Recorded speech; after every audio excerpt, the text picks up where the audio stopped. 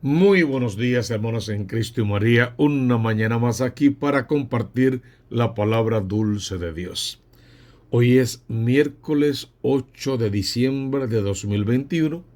Es la fiesta del dogma de la Inmaculada Concepción de María. Les habla el Padre Tomás Galarza Figueroa y este es su canal de gracia y bendición. Es un dogma de fe que la Iglesia ha establecido, que el católico práctico cree, defiende y enseña. Primero definamos: inmaculada, inmácula, sin mancha, no mancha, lo que podemos definir como la sin pecado concebida. Hace referencia al día que María, desde el primer momento de su existencia, desde que fue engendrada en el vientre de Ana, allí fue concebida sin la mancha del pecado. Inmaculada Concepción, la sin pecado concebida, la concebida en total estado de santidad. Este dogma nace del corazón del pueblo. El pueblo mismo es el que lo va proclamando, lo va animando, lo enaltece. Ante la euforia del pueblo, los teólogos escucharon al pueblo e iluminaron la idea y le dieron luz a esa idea. Y el magisterio de la Iglesia la avaló básicamente en su totalidad. Hay que apuntar que María, para los padres de la Iglesia, es la totalmente santa, o lo que ellos refieren como la nueva Eva. La Teotocos, la modelo de abundancia, de fe y de vida cristiana. Ya para el siglo V se piensa que esta santidad de María comienza desde el momento de su concepción, y esto presenta un problema teológico de base.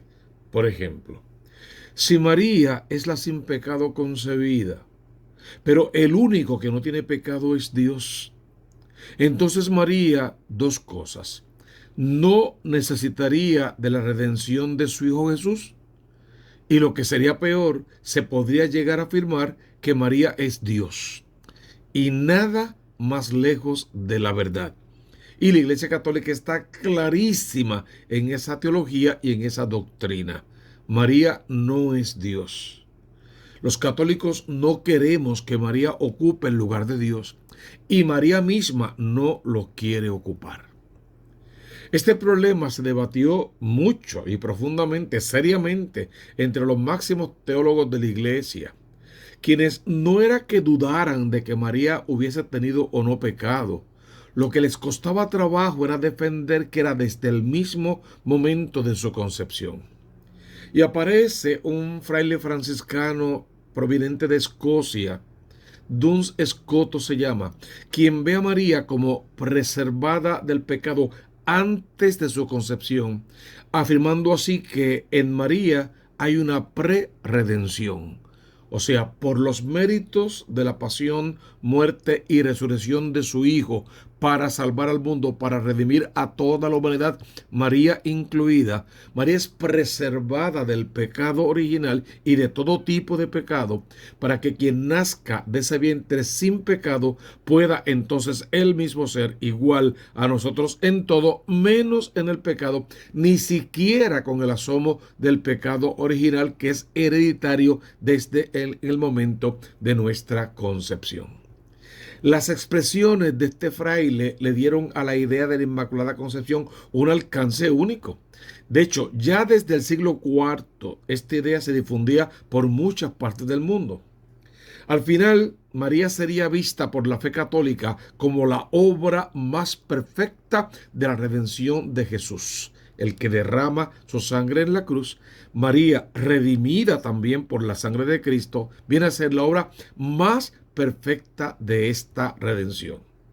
Ya para el siglo XVIII, siglo XIX, esta celebración de la Inmaculada Concepción de María se había difundido por Oriente, por Occidente y por todas partes del mundo. Y muy poco a poco se extendió sobre toda la Iglesia, que la acogió con beneplácito, con verdadera alegría, y que la defendió. Era algo que nacía, dijimos ya, en el corazón del pueblo, y que el pueblo católico supo amar y defender y hasta nuestros días.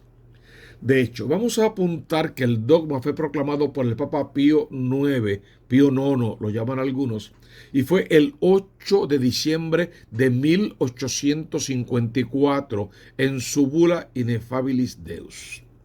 ¿Qué declara la bula? Declaramos, proclamamos y definimos que la doctrina que sostiene que la Beatísima Virgen María fue preservada inmune de toda mancha de la culpa original en el primer instante de su concepción por singular gracia y privilegio de Dios omnipotente, en atención a los méritos de Cristo Jesús Salvador del género humano, está revelada por Dios y debe ser, por tanto, firme y constantemente creída por todos los fieles. Esa bula del 8 de diciembre de 1854 dejó claro lo que la Iglesia declara en torno a la Inmaculada Concepción de María. Repetimos, la Inmaculada Concepción de María es el dogma de fe que declara que por una gracia especial de Dios, ella fue preservada de todo pecado desde el momento de su concepción. La concepción es el momento en el cual Dios crea el alma y le infunde en la materia orgánica procedente de los padres. La concepción, como vamos a entenderla, es el momento en que comienza la vida humana. Ese preciso momento de la concepción, ahí mismo comienza la vida humana. María quedó preservada de toda carencia de gracia santificante desde que fue concebida en el vientre de su madre, o sea, en el vientre de Santa Ana. Es decir, María es la llena de gracia desde el mismísimo momento de su concepción.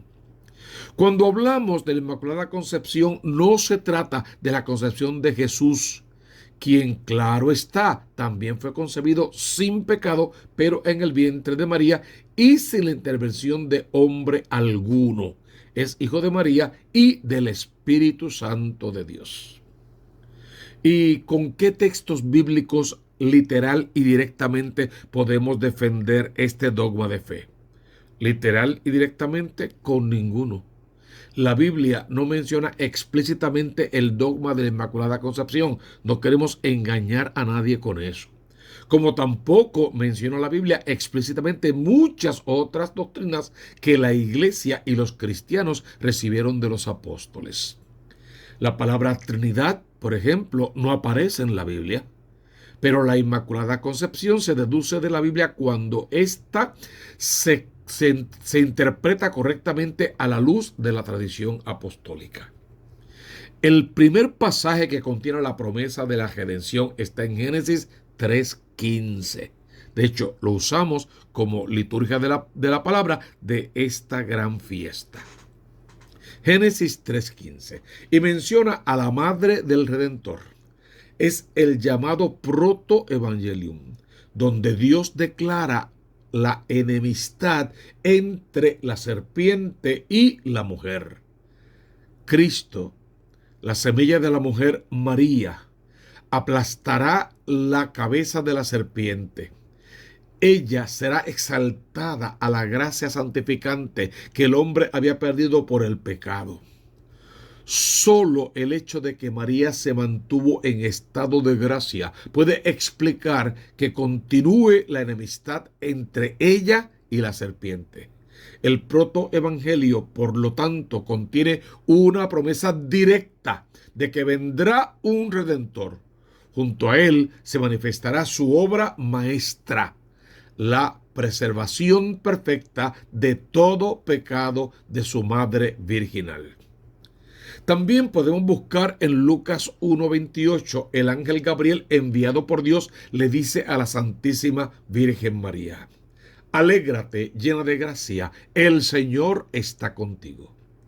Las palabras en español llena de gracia no hacen justicia al texto griego original, que es una palabra muy comprometedora y que significa una singular abundancia de gracia en estado sobrenatural del alma en unión con Dios.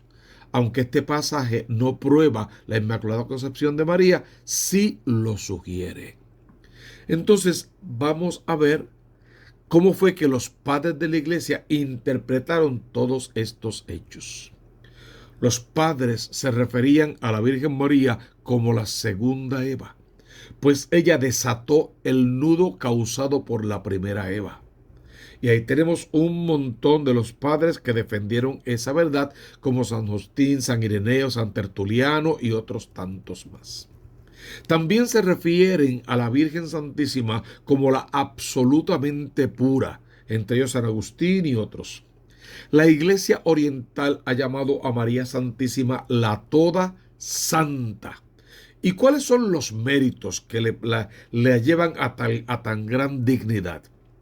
María es libre de pecado por los méritos de Cristo Salvador, no por los méritos propios, porque ella no es Dios, sino por los méritos de quien en su vientre se encarnó, el Emmanuel, Dios y hombre con nosotros. Es por él que ella es preservada del pecado. Ella, por ser una de nuestra raza humana, aunque no tenía pecado, necesitaba salvación que solo viene de Cristo. Necesitaba redención que solo viene de Cristo. Pero ella singularmente recibe por adelantado los méritos salvíficos de Cristo, la causa de este don, el poder y la omnipotencia de Dios, porque para Dios nada hay imposible. ¿Qué podemos apuntar? La maternidad divina. Dios quiso prepararse un lugar puro donde su Hijo se encarnara, tomara carne humana sin contaminarse, sin contagiarse de los efectos del pecado en ninguna de sus instancias. María fue inmune de los movimientos de la concupiscencia, que son los deseos irregulares del apetito sensitivo que se dirigen al mal. María estuvo inmune a todo pecado personal durante el tiempo de su vida, todo el tiempo de su vida. Esta es la grandeza de María, que siendo libre, nunca ofendió a Dios, nunca optó por nada que la manchara o que la hiciera perder la gracia que había recibido y que le permitía ser la madre de Dios y madre de la iglesia, madre de todos los creyentes. La Inmaculada Concepción de la Santísima Virgen María tiene un llamado también para nosotros. Nos llama a la purificación, ser puros, para que Jesús resida en nosotros, porque Dios no cohabita con el pecado. Nos llama a la consagración al corazón inmaculado de María, lugar seguro para alcanzar conocimiento perfecto de Cristo y camino seguro para ser llenos de fe, llenos del Espíritu Santo de Dios. La liturgia de esta fiesta, pues ya la hemos visto básicamente, Génesis 3. Habla también de San Pablo a los Efesios y el relato de San Lucas en el momento de la Anunciación. La Inmaculada Concepción y la concepción virginal son dos cosas diferentes. En la primera, la Inmaculada Concepción, María es concebida, ella es concebida sin pecado en el vientre de Ana. En la segunda, o sea, donde hablamos de la concepción virginal, Jesús es concebido en el vientre de la Virgen María y se realiza el misterio de la redención. Es una doctrina en orden a la gracia, no al pecado. María fue redimida, ella no es Dios y no se salva a sí misma, ni está tan lejos de nuestra realidad. Ella comparte nuestra humanidad y comparte nuestra redención, pero en el caso de ella preservada por anticipo, en atención a los méritos de su Hijo.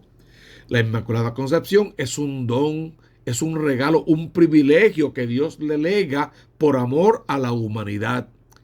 En María no encontraremos ni rastro de pecado. María se desborda de amor por un Dios que tanto la ha amado, que quiso llamarla hija, esposa y madre en ese mismo contexto. Y la primera lectura de Génesis 3, ya dijimos que es ese momento grande donde la mujer Eva es tentada y cae en pecado, pero se garantiza que la nueva Eva, María Santísima, va a pisotear la cabeza de la serpiente. El salmo responsorial simplemente va a decir: canten al Señor un cántico nuevo, porque ha hecho maravillas. La segunda lectura también dijimos que estaba tomada de la carta del apóstol San Pablo a los Efesios. Vamos a leerla de corrido. Bendito sea Dios, Padre de nuestro Señor Jesucristo, que nos ha bendecido en la persona de Cristo con toda clase de bendiciones espirituales y celestiales. Él nos eligió en Cristo antes de la fundación del mundo, para que fuésemos santos e intachables ante Él por el amor. Él nos ha destinado por medio de Jesucristo, según el beneplácito de su voluntad, a ser sus hijos, para alabanza de la gloria de su gracia, que tan generosamente nos ha concedido en el amado. En Él hemos heredado también los que ya estábamos destinados, por decisión del que lo hace todo según su voluntad, para que seamos alabanza de su gloria, quienes antes esperábamos en el Mesías. Qué hermosa lectura. Todo un poema de amor, una declaración absoluta del gran amor que Dios nos tiene, que eligió a su Hijo y nos lo regaló como Redentor. Y el Evangelio, uno archiconocido según San Lucas, capítulo 1, versos 26 al 38, donde el ángel Gabriel, enviado por Dios, va a la presencia de María: alégrate llena de gracia, el Señor está contigo. Y ahí pinta María en el dogma de la Inmaculada como la llena de gracia, la siempre virgen, la bendita entre todas las mujeres, la santa entre todos los santos, y por ende la concebida sin pecado, para que de su vientre pueda nacer el sin pecado total y el que vendría a redimir nuestras almas derramando su sangre preciosa en la cruz. Y para mí lo más hermoso de este evangelio es el final, cuando María simple, llana y sencillamente responde: he aquí la esclava del Señor, que se haga en mí según tu palabra. Hermano, tú conoces la consigna: busca primero el reino de Dios con su justicia, y todo lo demás vendrá por añadidura. Suscríbete al canal de la Diócesis de Mayagüez, y a este canal, Tomás Galarza Figueroa. Toca la campanita, por favor, te llegan las nuevas notificaciones. Dale like, eso nos ayuda para que otros que no lo están buscando igual lo encuentren y sea recomendado por la empresa. Y sobre todo, déjanos tus intenciones, déjanos tus comentarios, porque queremos orar por ti y por tus intenciones, y a la vez sugerirte que ores con poder por nosotros. Coloca este video y todo el canal en tus redes sociales, y así nos ayudas a evangelizar. Abre tu corazón para que desde lo alto puedas recibir la bendición de Dios en esta gran fiesta de la Inmaculada, en el nombre del Padre, y del Hijo, y del Espíritu Santo. Amén, amén y amén.